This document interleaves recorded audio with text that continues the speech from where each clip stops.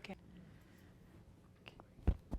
Okay, good afternoon, everyone. Thanks so much for being here and joining us for this discussion. My name is Cate Ambrose. I'm the President and Executive Director of the Latin American Private Capital Association. We're actually in the midst of a rebrand with going from private equity to venture capital to talk about private capital a little more broadly in terms of some of the groups that we're representing at LAVCA these days. And I can't tell you how excited I am to be here today, and particularly to have this group of panelists and really outstanding speakers with us, and to be talking about families in Mexico. I had to go back and look through my emails over the weekend to see that it's actually been since 2013 that I've been participating at the Milken Conference, so for a few years now. And not so long ago, there was almost no presence of Latin America or Mexico at the conference, and I've noticed in the last year or two a really significant increasing presence, partly the commitment of Mike Milken personally to working on relations between the U.S. and Mexico and making sure that Mexico is well represented here at the conference, which I think is great. And also, I think just the increasing importance of Mexico and Latin America, other countries in Latin America, as a destination for investors in a region that the world is focused on. So there's a lot to talk about with regards to Mexico today, as we all know. There's the renegotiation of NAFTA, which we've heard about in some of the other panels. And of course, the presidential elections coming up on July 1st with Andrés Manuel López Obrador at the forefront, so some concern about that. We're not going to spend a lot of time on politics in this panel, but we are going to touch on it. We'll leave it to the end, so if anybody is going to have questions, it's a great topic to touch on, and we will be taking Q&A towards the end. As I mentioned, LAVCA has been really expanding in terms of who we represent, and family offices have become an important part of our membership and of the groups that we interact with in the region, and that's nothing more than a reflection of the rise of family offices and family business groups in Mexico and other countries as co-investors alongside private equity firms, as deal pipeline developers. They've become really important part of the private capital ecosystem in the region, from Mexico to Argentina. And I suggested this topic to Milken specifically because I've had an opportunity to observe the dominant role family office business groups play in Mexico and the country's economy, and their increasing global presence in Mexico and internationally. The resources and success of these groups in Mexico and the competitiveness of Mexican business globally stands in stark contrast to the perception of Mexico put forth by the current presidential administration in the U.S. and targeted U.S. media. And I've also witnessed a generational and cultural transition within family business groups in Mexico. And you'll know approximately 45% of Mexico's population is under 25 years old. And I believe that the increasing institutionalization, transparency, and creativity of family offices and family business groups are critical to the country's future, whatever the outcome of this presidential election in July. Technology and innovation are also playing a key role today. Mexico is a global priority for companies like Amazon and Didi Chuxing. Mexican universities graduate 65,000 plus new IT workers every year and 115,000 engineers. And the millennial generation from major family business groups are converting themselves into aspiring entrepreneurs, angel investors, and venture capital investors. We've seen enormous interaction between Silicon Valley and Mexico recently. I've also found the same focus on mission-driven initiatives that is evident in the millennial generation in the U.S. So I'd now like to go ahead and just introduce our panel. I think I'm going to do this by asking each one of them an opening question to talk a little bit about their own role. I'm going to jump to the middle and start with Gina Díaz Barroso de Escaraga, who runs Grupo Diarq. I may not have pronounced that perfectly. Sorry, just jumping ahead here. And I just want to hear a little bit about the background of each one of the panelists to set up the discussion. So Gina, if you could just talk about the business behind your family wealth creation. And you were a successful real estate investor and then at 40 decided to get into the education business. Why and how did you launch Centro? Thank you, Cate. Nothing like my last name. I mean, forget about my company. When you say Diez Barroso Escaraga, it's like a sorry for the last name. But let me tell you, my family comes from the telecommunications business from Televisa. Actually, my grandfather was the founder of Televisa. But when I started in my family company when I was 20 years old. But when I was 26, I left the company after working in the editorial division, and I founded my first company. From there, it became a successful real estate developing company, which still is. I do residential. Started a very strong residential high-end developing company, and then I went to commercial and hospitality as well. And when I was 41 years old, I wanted to leave a legacy in education and to help the young generation of Mexico. And you cannot think about the young generation if you do not think in education. So when I looked at what there was in the world and where I wanted to leave my money and my time, I could not really find anything that I was really hoping that it was going to make a difference, because I always thought that design, user experience, design thinking, creativity with business was the answer. And since I couldn't find anything that was doing that, and the traditional ways of teaching were still there, I decided to open my own university.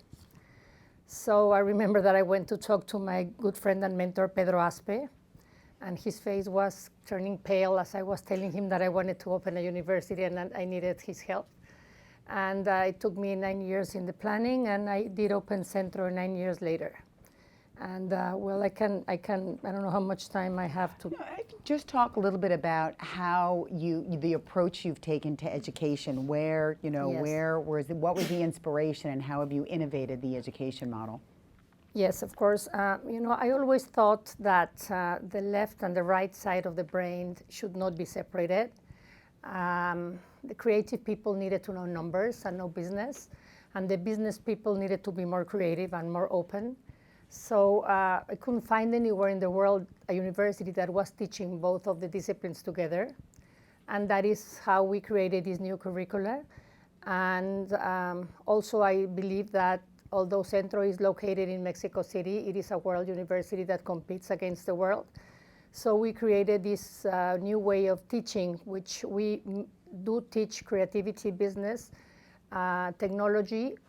And so the students that graduate from Centro, although they specialize in creativity and technology and media, all of them know 35% of their curricula is business and entrepreneurship. They do understand financial statements. They understand how to do an elevator pitch, how to go to a VC to ask for money, how to set up a business. And we are really doing creative economy. So, 14, 15 years ago, nobody spoke about design thinking, user experience. Now it's like normal. That's everybody speaking about that. But like 20 years ago when I started, and 14 years when I opened Centro, nobody was speaking about that. And now we have really made a difference. We have 3,000 students, 35% on scholarship by us. And we have really made a difference on the graduate students that we have. Okay, great. Well, we'll come back to hear more about the business. I'm going to jump now to Nicolás Mariscal Servitje, who is both a board member of Grupo Bimbo, the largest baking company in the world, and also the CEO of Grupo Marhnos, which is an infrastructure investor. So, Nicolás, if you can speak a little bit to both of those roles, if you can just talk about some of the major successes of Grupo Bimbo since it was founded, where the company's origins are, and where the company is in today in terms of its global presence, and then maybe something about how the construction business has also expanded and where you're focusing your attention. Sure. Well, again, thank you, Kate, and thanks for this opportunity, and also very happy to be here with Gina and Alonso sharing this panel. And well, it's really a history of two families in business. And I'll start with the one that has been there for the longest, which is on my father's side, which is Mariscal, and it's related to Marhnos, and then Servitje, which is related to on my mother's side, which is Bimbo. Try to be quick because it starts in the 1700s in Oaxaca, and I'll jump fast forward to mid 1800s, and it's my great grandfather Alonso who built the road from Mexico to Querétaro and from Querétaro to Irapuato. the romantic part of the story is that my cousin in 1993, he built a road from San Juan del Rio, Palmilla, San Juan del Rio, that same part of the road in concrete. So it's 5 generations in construction, and it's always been a story of 2. So it was my great-grandfather Alonso with his brother Ignacio, and he was Minister of Foreign Affairs for 27 years during Benito Juárez and Porfirio Díaz. And he actually was ambassador of Mexico to the US. And also the beautiful part of the story, and he married Laura Smith. So there's the American connection in the family. So another interesting part of the story is that you see, well, throughout generations, families still are there together, countries continue. The revolution was there in the middle, 1910, 1917. And then my great-grandfather, Nicolás, he believed very much in how opposites could work together. So he founded in 1899 a magazine called Arts and Science. So again, architecture, engineering. And I do believe that in a way of being in many things we do in Mexico. I really like, and I prefer and instead of or. So if engineers and architects can work together, I think many of us can do many things together. So his brother was Federico, and he did the interior of Bellas Artes. Adamo Boari did the exterior in the 1930s. And then the next generation, which is the 3rd generation, my grandfather and his brother, they founded Marhnos in 1954. Another American connection, they built the U.S. Embassy there in Paseo de la Reforma in 1963. The company continued to grow, and then my father, who studied a master's in engineering at Stanford, and my uncle, he started an MBA at Columbia. Then they grew the company, got into construction of highways and industrial facilities and whatnot. And then in 2008 to 2018, my cousin and I, we have been running the company, and we've shifted from a construction company to being developers of infrastructure and real estate. So 5 generations, many years have gone by, and the company is growing. We've been in Guatemala for 20 years with a toll road. Now we're entering the Peruvian market. There's also public-private partnerships in hospitals. We were pioneers in Mexico with that, and we're still growing in that field. So my role there is to be, I'm the CEO along with my cousin. So again, talking about 2 people working in what typically it's a position for 1. My grandfather, and I'll talk about Bimbo right now, he did not believe in more than 1 leader. But we tried to prove him wrong, and I think we did, at least for part of his life. He passed away, my grandfather, on my mother's side last year. He would be 100 this year, and he worked from pretty much the day he was born.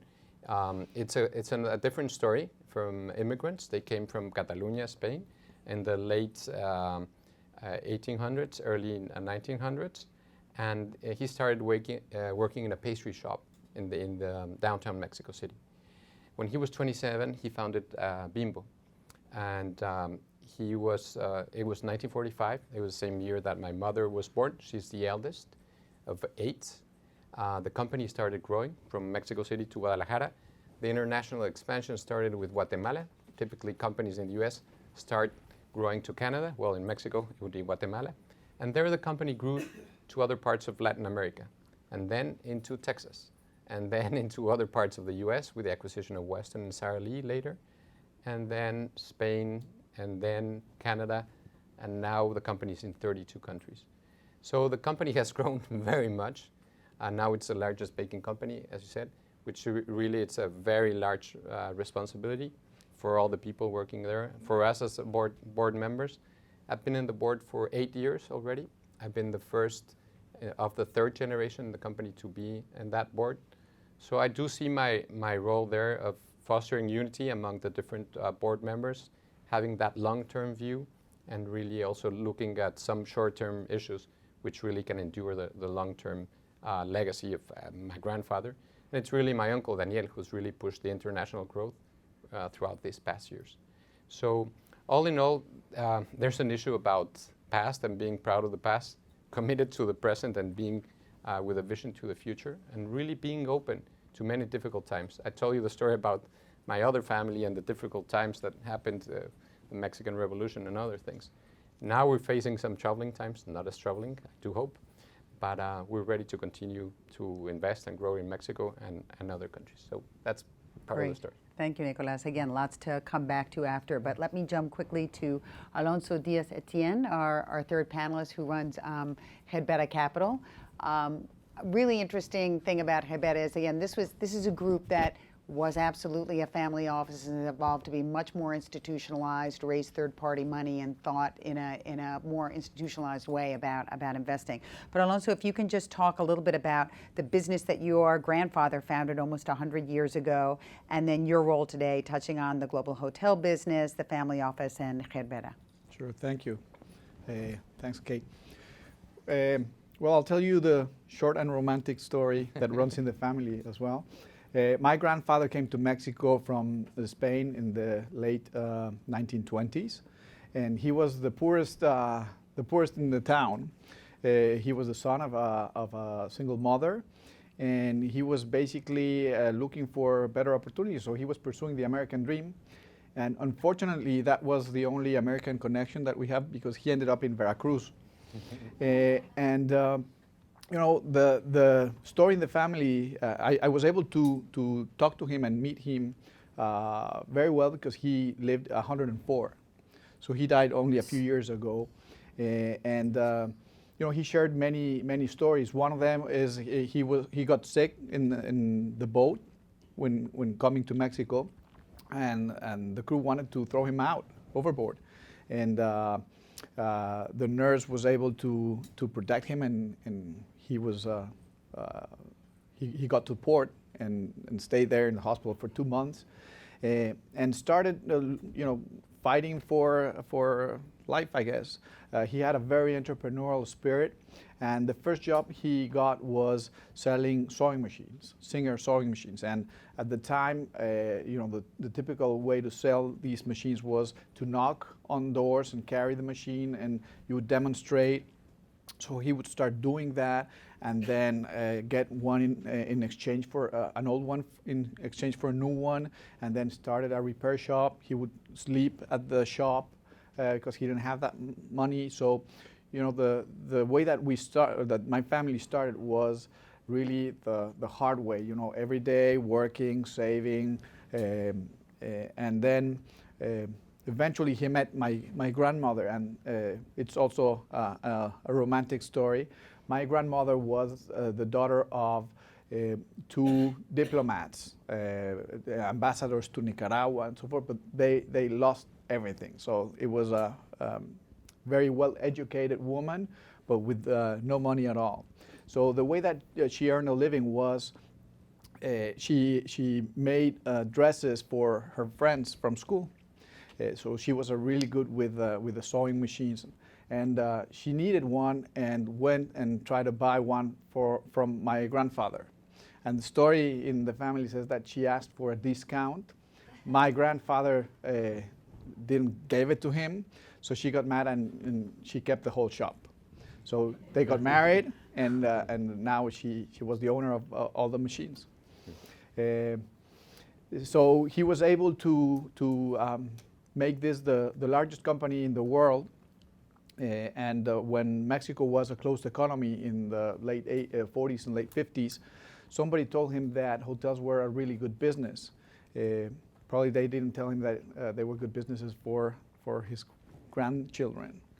So he started the first hotel in Mexico City, and eventually, you know, the family started investing more.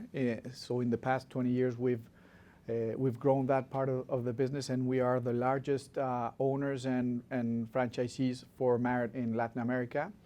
About 15 years ago, we made a deal to develop 10 markets in Mexico, and now we have another five more markets being developed. And we have now expanded into Spain. Many years ago, he also went back to Spain and started some real estate investing. And that's kind of how the family business evolved. And my participation in the family business started when I was 14. I was a cashier in one of the small shops that the industrial sewing machine business had. And the philosophy is to start from the bottom, and you have to kind of prove yourself. So by working in the family business and then doing what you have to, going to school, good grades, being responsible, you kind of get to the top. After I went to law school, I studied economics. I wanted to get an MBA. I got my MBA from Dartmouth, and when I was ready to start something, following my grandfather's footsteps of being an entrepreneur, my father told me that it was time for me to come back to the business, and especially I graduated in 1999 from the MBA, so the internet was at its peak. Everybody wanted to do something there, and I kind of resisted and said, I want to pursue something on my own. He said, I'm going to give you some money now that you've graduated. I'm sure you're going to lose it all in this internet stuff that everybody's talking about. And once you lose it, then you come to the business and you help us manage it. We're a 250 Fortune business in Mexico, so we need you. We've invested a lot in your education. So I took the money, of course. I put it to work, and I did really well. And I guess I also went back to the business for 8 years, but I kind of wanted to do my own thing. So I was in charge of all the funds that were not attached to the operating business. And you face, when you start this family office, and this is back when family office was more descriptive of probably some office space in a building than the actual concept of a family office. You face many things when, remuneration, decision making. There are a bunch of things of governance. So the way that we thought about getting over all that was we would define a strategy and a policy of investing where we would see the opportunities, and if we are able to convince third parties, institutional investors, other families, other high net worth individuals, of the merits of the process, the discipline, the opportunity, then that would give us a validation for our own money. So we created this platform called Gerbera Capital, where we invest in real estate, we invest in venture capital and private equity in Mexico, and we have institutional investors that participate in our platform. So that kind of solves a lot of the problems that typical family offices face. And I'm having fun doing all that. Great, excellent, Alonso. So I think one of the things we really want to talk about here is Mexican businesses in international markets, because there's been some significant success, and not only in sectors like automotive that are in the headlines, but Gina, if you could just talk about, you founded Centro in Mexico, and you're now expanding internationally into the U.S. through Miami. What is that approach? What opportunity do you see in the U.S. market? Why did you choose Miami? What market are you targeting there? And what's the business model? Who are you competing against, and how do you see an opportunity to disrupt in the U.S. market? Diarq also is in the United States. I always believe that if you really want to have a successful family business, family office, you have to go across the border. I don't believe in staying. I mean, personally, I don't believe in. Our model has never been stayed in Mexico. So Diarq has an office in California. Before California, my office was in Florida for 8 years. This was 15 years ago or 18 years ago. And we developed in Florida, we developed in California, we developed in New York. So we've been doing business in the United States for quite some time. Excuse me, that was the real estate business? The real estate business, Okay. Yeah, the real estate developing. We own a hotel in New York, and which we developed, we built it, and in the worst time possible because we started in 2006. The bank that was giving us the money went under, Chinese took it over, so it was quite an ordeal to build a hotel in New York. But I mean, as far as education, the university, we decided as a model that we will never open another university in Mexico, because I think the success that we have is the fact that we have a really very good faculty. We have 320 professors from 26 nationalities. They are all business people. We don't have any full-time professors. And to duplicate that, or replicate that in different parts would be impossible in Mexico. So we decided that as you go to one Harvard, one Yale, one Stanford, one USC, whatever you want to call it, you have to go to one centro. So we will have one centro in Mexico, and that's it. And our expansion plan is Miami, the first one. So we will open Miami. We already found the site. Actually, the 11th of May, we will close the deal on the land. We will build a new university. We believe that our architectural site has to be very impressive, as it is in Mexico. We are very concerned in sustainability. We believe a lot that we have to teach with an example. In the case of Mexico, we built a fully LEED Platinum campus. The 3 buildings are LEED Platinum. And when we opened 4 years ago, we were the only one in the world. I don't know if in these 4 years something else has opened in the world. But 4 years ago, we were the only one LEED Platinum full campus in the world. And we are not Coranchel, we are the whole campus inside and out. And the idea in Miami would be to, again, open something spectacular, because I think it helps the performance of the students to be working in a campus like that. So the idea, we are not competing, because people say, yeah, there are a lot of Latins in Miami. We're not targeting Latin American people. We're targeting the world. I mean, whatever and wherever they are, we are targeting excellent students that want to study creative studies with a focus in business.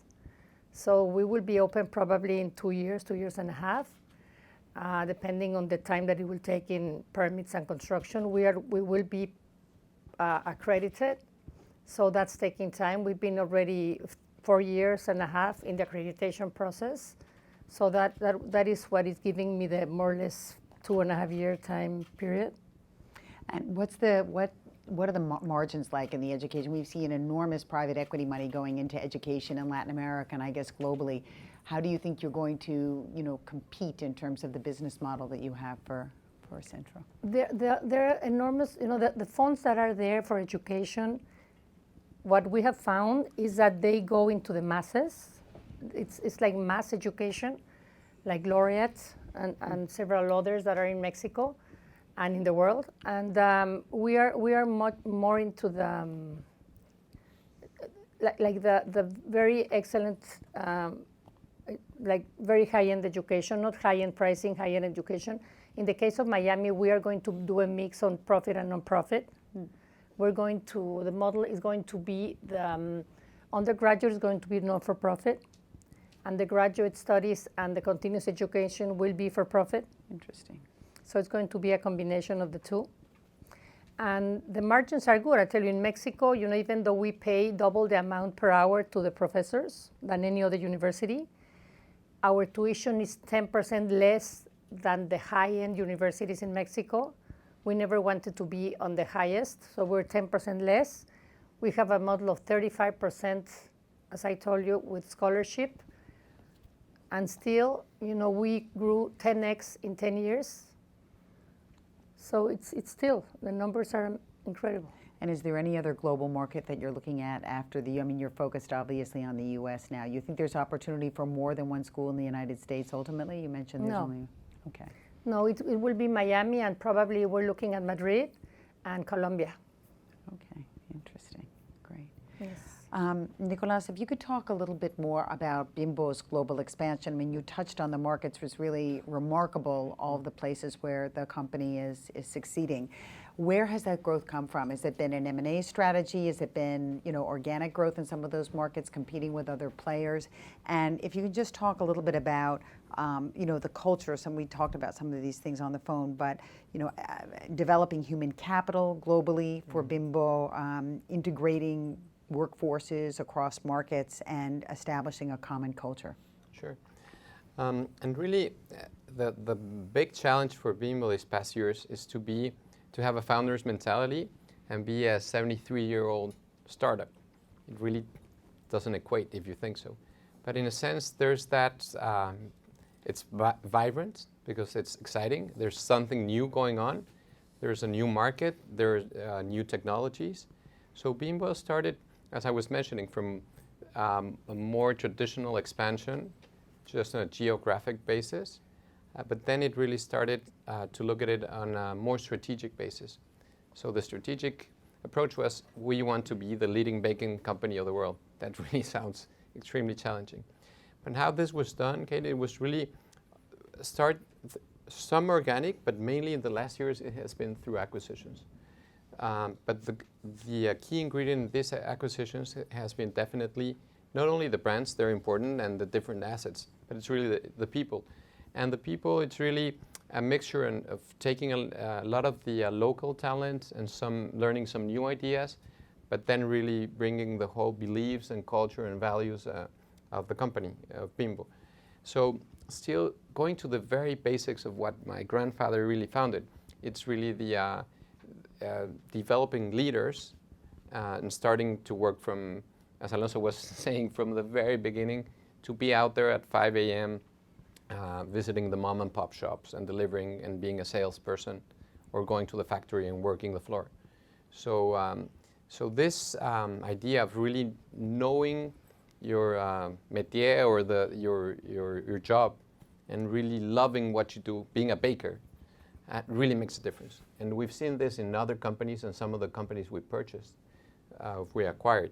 Really, there were some companies that were held by some other investors which did not have this tradition or this love for the work itself and for the products and the companies. So when we've come and we've acquired these companies. Do you send Mexicans to the for example, when you acquired Sara Lee or Entenmann's in the U.S., what is the strategy? You have people from the U.S. going to spend time in Mexico, or vice versa? How are you developing that? It goes both ways, but it's mainly, Kate, people from each country that run the different operations and the work in the operations. But there's some key exchanges that come and go, whereas it's in manufacture, is it in sales or other positions. But now when you're in these 32 countries, you can have this exchange that goes in every different way, because you learn some things in different geographies and then you share. So it's really an architecture of sharing in many instances for innovation, for new ideas. But on the basic elements, which is the culture, the beliefs, the values, that's really come from the roots. And that's really expanded towards, that comes from where it started, from Mexico. And then, of course, there's some different shapes of living that culture. I was in India, for instance, for the New Year's. And it's been a big challenge to tell our workers there, our associates, to use uniforms. So finally, they're using uniforms, and that's an issue of cleanliness, which is really important, and also to use shoes in the factory. So there are things that, of course, it's not just an imposition. You have to use shoes. Well, it would be a good idea, and think about the elements and convince them, and at the end, it's important for health that they use them. So it comes in learning what the culture needs, and then understanding what's really critical, because in terms of health and safety and food safety, we're very disciplined and we cannot allow any deviations. So it's been a long process, and we've learned from many of the, so I wouldn't say there's one particular formula that would just apply. Mm-hmm. It's a learning opportunity in every acquisition, but throughout this time we've really improved much of the process. They come much easier because the company has grown so fast these past years. That's great. Yeah. Thank you. Alonso, you talked a little bit about the hotel business expanding in Spain. If you could just talk about some of the investments you've made from Gerbera Capital that were linked to the U.S. You had mentioned the berry farm, et cetera. If you talk a little bit about those businesses that you've invested in that rather than being a Mexico play are really a Mexico-U.S. play. I mean, we have a stronghold in Mexico, and we want to take advantage of that. But that means that we can leverage the position and the competitive advantages that Mexico can provide. So there are a few things that we've invested, and creating this platform has allowed us to get a huge pipeline. We see about 180 projects every year, and we get to choose the 2 or 3 that we like the most. I'll give you just a few examples. We have an investment in a company. It's based out of Dallas. It's a company that serves the airline industry. It has 35 clients around the world. It's a software as a service company, and it basically creates the Expedia for the employees of airlines. They don't travel on the same systems that we do. It's a perk. It's a benefit that they get. So they have to process that in a separate system. So this company plugs into the reservation system and runs the algorithms for the employees. And it also offers them hotels and car rentals and cruises. So the company is based out of Dallas. The software factory is in Argentina. The clients, they mainly go to Mexico to the resorts. So it's a good way to leverage our business and the Mexico position. Another one that we just did last year is a berries farm and an avocado farm. And we sell everything to Driscoll's. Driscoll's has about 60% of the berries market in the world. And it was funny because when we did the investment, President Trump was already in office. So we were kind of concerned of all the policy changes that the U.S. might have regarding NAFTA. And when we talked to Driscoll's, they weren't worried at all about NAFTA. They were more worried about the immigration policies, and they were more concerned about their farms here in California not having enough farmers to work on them. So they were very happy that we were setting up a farm in Mexico, and we have all our product is pre-sold to them. So that's another way where we can leverage the geographical position of Mexico, the fact that there's water there, and that we're very close to a huge market here in the U.S. That's great. So those are a couple of examples. Yeah, good examples. So moving a little bit to the context of Mexico today, again, we have this election coming up, and we don't know what kinds of shifts there are going to be, but we do know that security and governance and rule of law are critical issues for an incoming administration. Gina, if you could just talk a little bit about the Impunidad Cero, the Zero Impunity project that you've been involved in, why you think this is necessary, and how it's seeking to address sort of corruption and rule of law in Mexico. Yes, I think there's more than Mexico is getting, many people are getting involved in these initiatives. I was invited to be one of the private sector people involved in this Impunidad Cero, which we launched last year.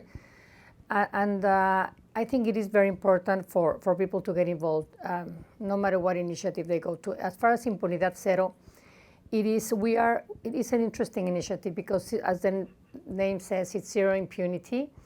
And we are 6 business people, business leaders, and 9 intellectuales. I don't know how you say intellectuales in English. Intellectuals. Intellectuals, thinkers. And we pay a certain amount, the business people, we pay certain amounts. The thinkers, intellectuals do not pay. And we fund the initiative. Why is that? Because usually what happens is that people think that money talks. if we were more than them and we would pay, that means that our voice will be the one deciding either what to do or if we were right because we have the money to pay. In this case, every vote counts the same. So if one vote counts as one, they would win. So the idea is that, let's say that we vote for an initiative and everybody votes, we are less than them. And these are really good thinkers, very intellectual thinkers, writers, people that are very intelligent, and they do care about Mexico. So the idea is that we vote for an initiative. We spend the money in big research for data, because as you know, data is everything.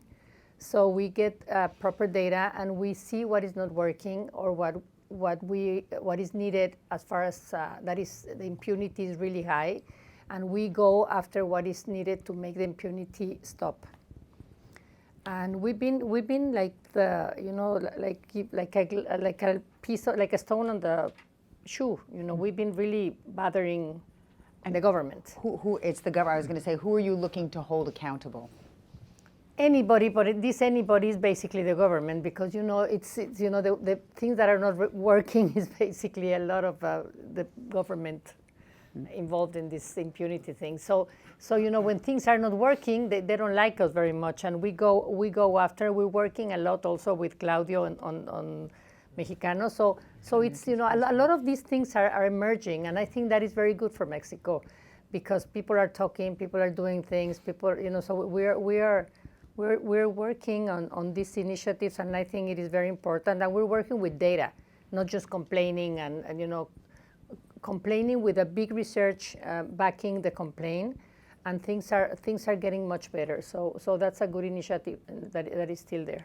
Yeah, it's great to see it coming from a group of people from the private sector, intellectuals and families coming together, rather than there was a big effort by the government, but it seems that it hasn't been very effective. Exactly. So better to see the private sector stepping in. Nicolás, you also, through Grupo Marhnos, and we all know infrastructure, we have the legacy of Odebrecht, a lot of opportunity for bribes paying, this type of thing. If you can talk a little bit about some of the collaboration in private sector projects to discourage bribe paying to local governments in Mexico. Yeah, and I'll start with Guatemala and Peru, then I'll come to Mexico. And we've been in Guatemala for 20 years, and actually we have the concession of a toll road, the only toll road there. And we've been wanting to do more projects, but the conditions have not been there. And if they're not there, we haven't been doing any more projects.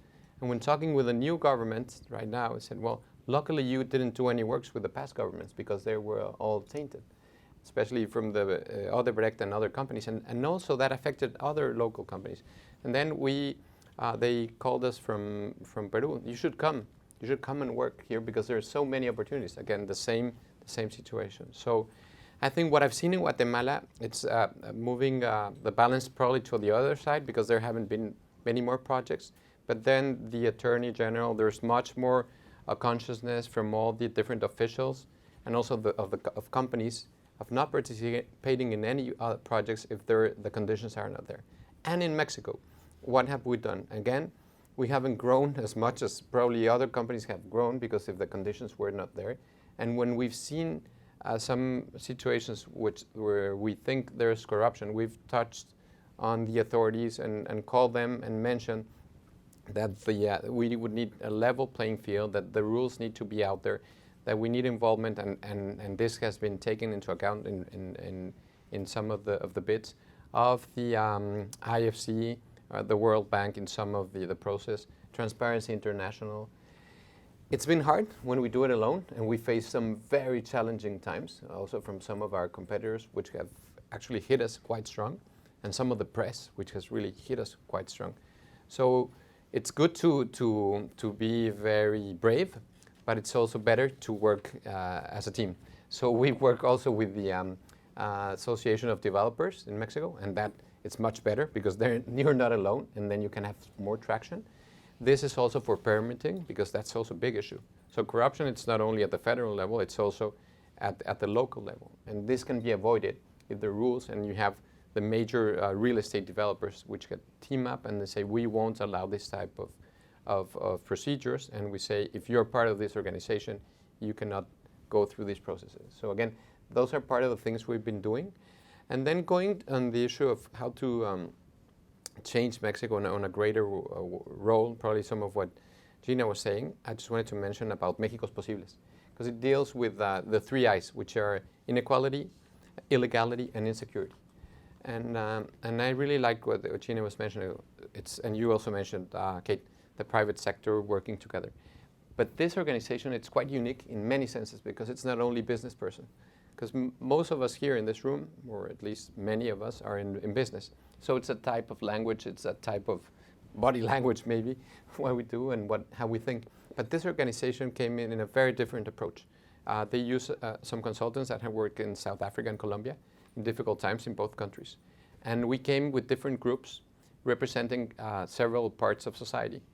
This included people that were gang members, that indigenous groups, different parts of society from government, municipal, federal, and whatnot. So it's not the usual type of dialogue that you have every day, and it really opened everybody's eyes in this and ways of thinking, at least in my perspective. I felt much more in touch and in tandem in the way a former gang member thought than a colleague business person. And why? It's not, you don't have to think alike to your business partner. But if you see this person, for instance, he really wanted the common good for all. I said, I want what he wants. Can we work together? Yes. So we built 3 different scenarios for Mexico, one for growth, one for status quo, and one going back, retroceding. And now we presented this to society as a whole. It's Mexico's Posibles now. And we're going to work as a group with the candidates that's elected. And what do we want to do? Again, have this type of conversation and bringing different parts of society to tackle those things, which again are income inequality, which is a huge issue, which many times leads to illegality, which many times leads to insecurity. So leads to, relating to what you mentioned about corruption, it could be tackled, but you have to work in many more fronts. So this is basically a private sector initiative across different groups in society to interact with an incoming administration? Yeah. Mm-hmm. Okay, great. Exactly. Alonso, if you could just, one of the great challenges around the dominance of family groups in Mexico has been that historically they've captured so much of the investment opportunities, and they've operated in the past in a relatively closed way that hasn't created opportunities for greater competition and participation from other types of private investors or international investors coming in. And I think that's some place where we've seen a real evolution. And just talking about Gerbera, which again was a family office, you've grown a more institutional business out of that, and then your role at Amex Cap, the Mexican Association of Private Equity and Venture Capital. Do you just talk about what you see in terms of the evolution of family and family business groups and the development of the private equity industry in Mexico, and maybe even the participation of the local pension funds for a more institutional approach to business, and how that's affecting, the opportunities in society and for job creation? Sure. Well, I mean, Mexico has been in a transformation period in the past 5 or 10 years. What has happened in Mexico is incredible, in particular in some of these areas that you've mentioned.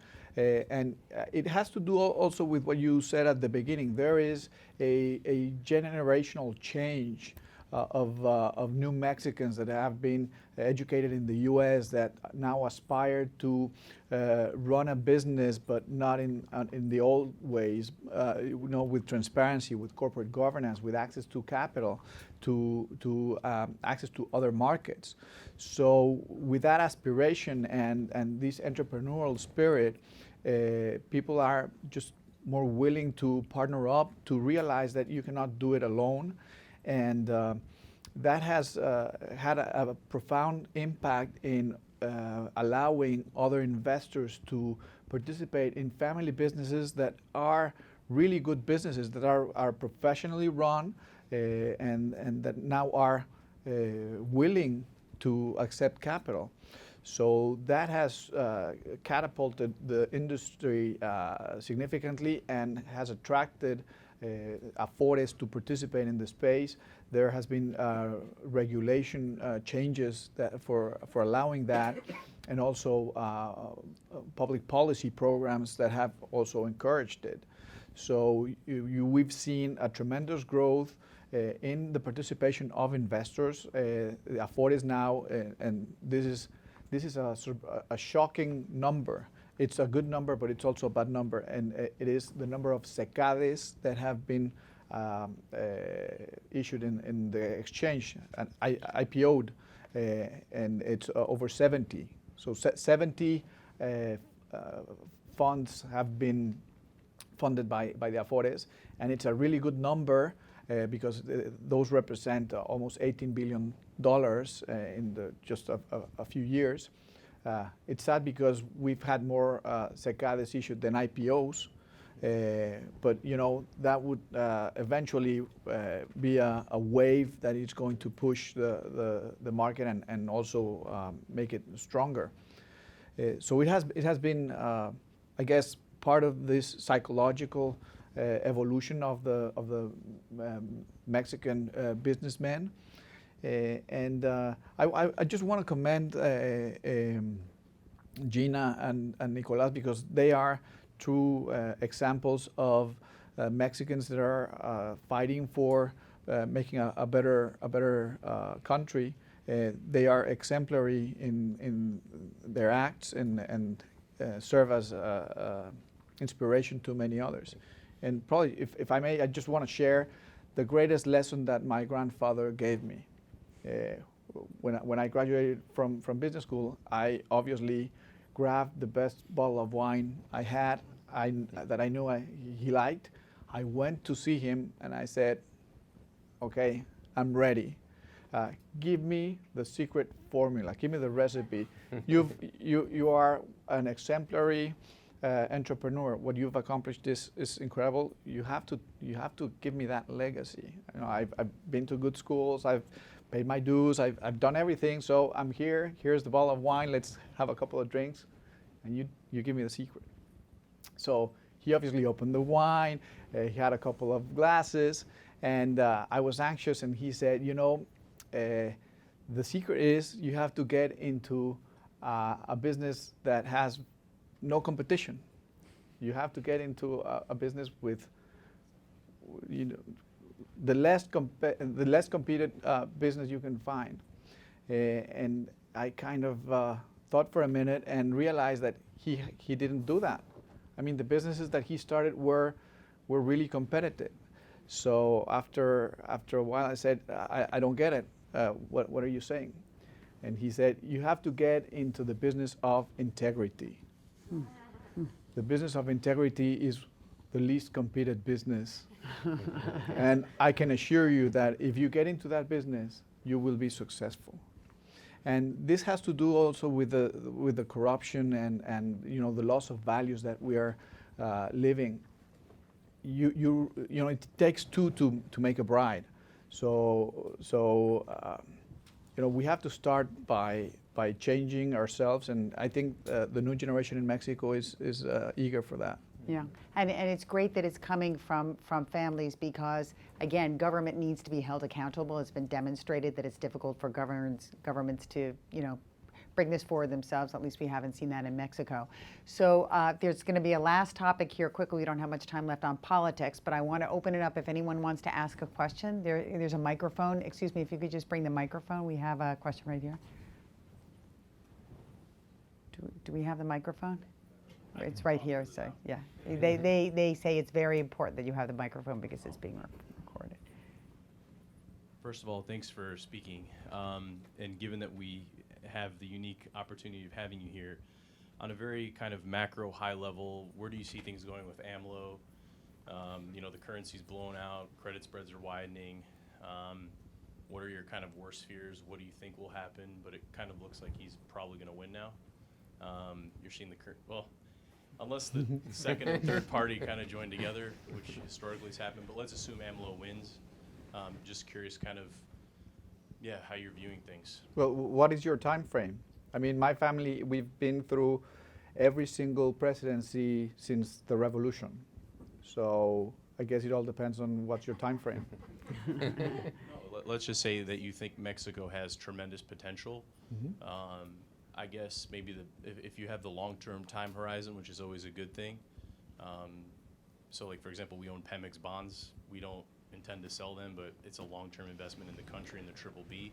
I guess my general question is, what are you most afraid of with Amlo? Because, for example, as a gringo, what's really challenging is he says, like, I get my messages from God, and, you know, so when you hear that, you're like, well, what is this guy going to do? So I guess as people that have seen him in politics for a long time and, you know and understand the country, I guess, what are you most afraid of internally and then externally on an international level? Well, I mean, any change, provides uncertainty, and uncertainty, you need to have two things in your mind when there's a lot more of uncertainty. The first one is no leverage, so you want to reduce risk in that sense. And the second thing is uncertainty gives you the opportunity to buy good things at a good price, but it also makes it difficult for you to hold them throughout time. So you have to be prepared for that type of scenario. Mexico is going to be around in spite of whoever is governing. What I would look for, though, is the result for the Congress and the Senate and the other elections throughout Mexico, because that would also tell you how much he could change the course. Something important is that, I don't know whether you know, but it's 3,200 people are going to be voted. 3,200. So, as you said, Amlo is one, very important, the president. But first of all, it's not written yet. It's not written yet. We were just talking that before coming here. It's 18% undecided, and this undecided, his voters are pretty much core voters that are already decided. So these 18% are basically undecided between the number 2 and number 3. So that's 18%, and also what we think is that probably if the distance between the number 2 and number 3 gets bigger, there are a lot of under 3 voters that are not really core voters that will vote for number 2. That's another variable. And third, let's say that he wins. I have seen, and my friends also, that there are a lot of business people that have gone with Amlo. So honestly, even though it's not something that we want, I don't think it's going to be as bad as they put it out there. And last, there's no re-election in Mexico. Yeah. So, that's something to, I don't think it's 6 years, going to be. but Yeah. To that, there is checks and balances which will help, which are quite strong. Again, the election of the different local Congress and the National Congress, it's very important. But still, he does need business. And although he's mentioning this thing about the airport and canceling, he needs the airport. And he needs private investment. So probably he wants to make things different, but he cannot erase the private sector or business. And some people that worked during his administration in the Mexico City did well and said he was responsible, he honored his contracts and whatnot. Of course, we would like a scenario, as I was mentioning, 3. One scenario that makes that takes us out of the middle income trap and makes us a much more an economy that grows at 5% instead of 2%. Maybe it would be slower, but I think there are some fundamentals that will still be there. So we're hopeful. Is he going to swing to the center? I mean, I know he's been a leftist his whole career, but it wouldn't be the first time we saw a leftist candidate get elected on that platform and then be influenced by business. Do you think? For instance, Marcelo Ebrard just came back. Mm-hmm. He was he's definitely AMLO's person. He was in charge of Mexico City. He governed Mexico City. One of the best times for Mexico City. Don't you agree that he was a very good governor for Mexico City? I think we're being recorded, so I want to be silent on this one. No, take the fifth. No, he was a very good governor. He was responsible, yeah. He was a very good governor. He just came back from I don't know where he was, and he's going to be very close to him. So it wasn't that bad when they were governing. So, even though we don't wish that he wins, I don't really think it's going to be that bad, honestly. I've got to ask another question that actually was raised with Teresa Barger earlier today. Do you think Amlo is going to be corrupt? Do you think he's a more honest politician than the people who are in power today? Do you think he's actually going to be better for rule of law and corruption? I think they have looked to, I'm sure the PRI and the PAN have looked, underneath the stones for AMLO's corruption deals, and they haven't found many. No, and it's something that's so much on the agenda that people are so tired that they're not going to allow in different parts of society. I agree. Yeah. I think I have one more question. We're almost out of time. If it's a quick one, we'll just quickly end on the last question here. Right here.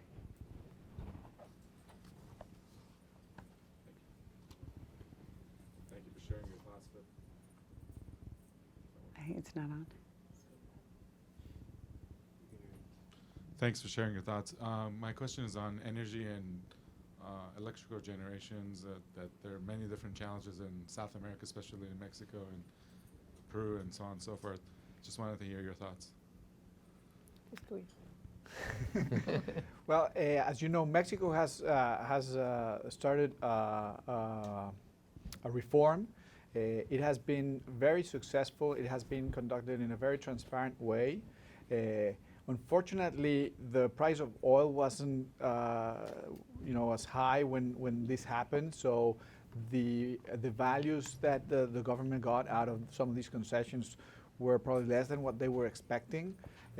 But I think Mexico has had a significant transformation with this administration in that regard. And you can take Pemex, for example. Pemex has now been cleaned, sanitized in many ways.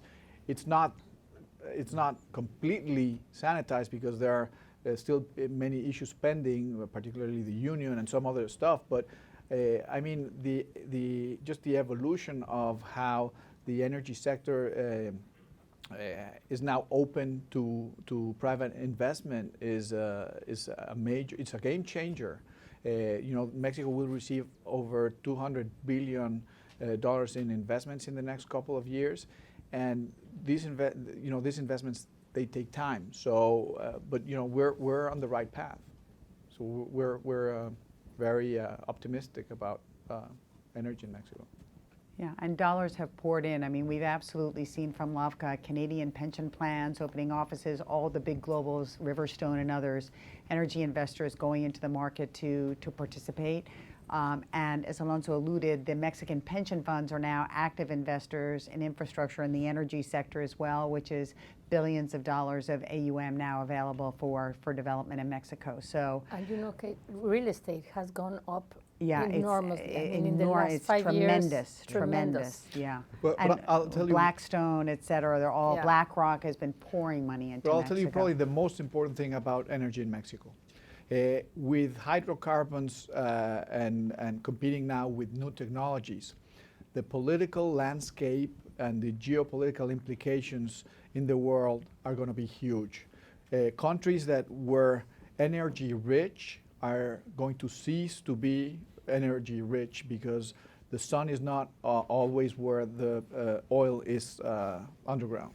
So there's going to be a massive shift on where the energy comes from.